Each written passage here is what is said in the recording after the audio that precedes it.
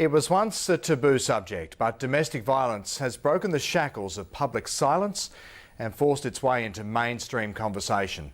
Leading the way is the Territory community of ramingining. And that's where former Australian of the Year, Rosie Batty, went to reinforce her no tolerance message. Family violence had a horrific presence in ramingining. Organised sport had to be banned, the streets weren't safe. But 2016 has seen a remarkable change. The community itself has measured it and they said there's a 75% reduction in family violence. The change coincides with a shift in community attitude and engagement. Uptake of employment and training has increased, but it's the return of football for men and women after a 7-year ban that's had the biggest impact, providing a physical outlet and cross-gender respect. They change our lives in ramingining.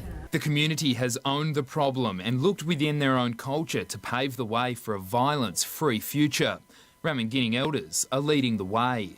It's because of all the leaders coming together and talking about it and really caring about people. We had the strong elders who could help out the football and also prevent the violence as well, and disciplining our young men and women. The challenge now is to get the young men and the young people who don't understand their culture and say, you fail your culture if you don't honour what your culture stands for, and your culture stands for no violence against each other. Northern Territory Police and the No More campaign have also played an integral role.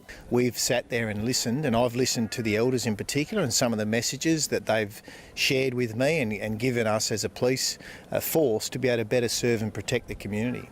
The reduction of violence has instilled a sense of community pride. Yolngu means Indigenous. I'm a Yolngu person from ramingining and really proud of my people. I myself have struggled through that, and it really gave me comfort. Ramingining's story is one that inspires 2015 Australian of the Year Rosie Batty, who thrust family violence into the spotlight after her 11-year-old son was murdered by his father. The message I took from this is they see the importance of working together, respecting their culture, but also understanding that this issue isn't just their issue. Rosie's own story is one of heartbreak, but sharing it and hearing others is the key to reducing violence.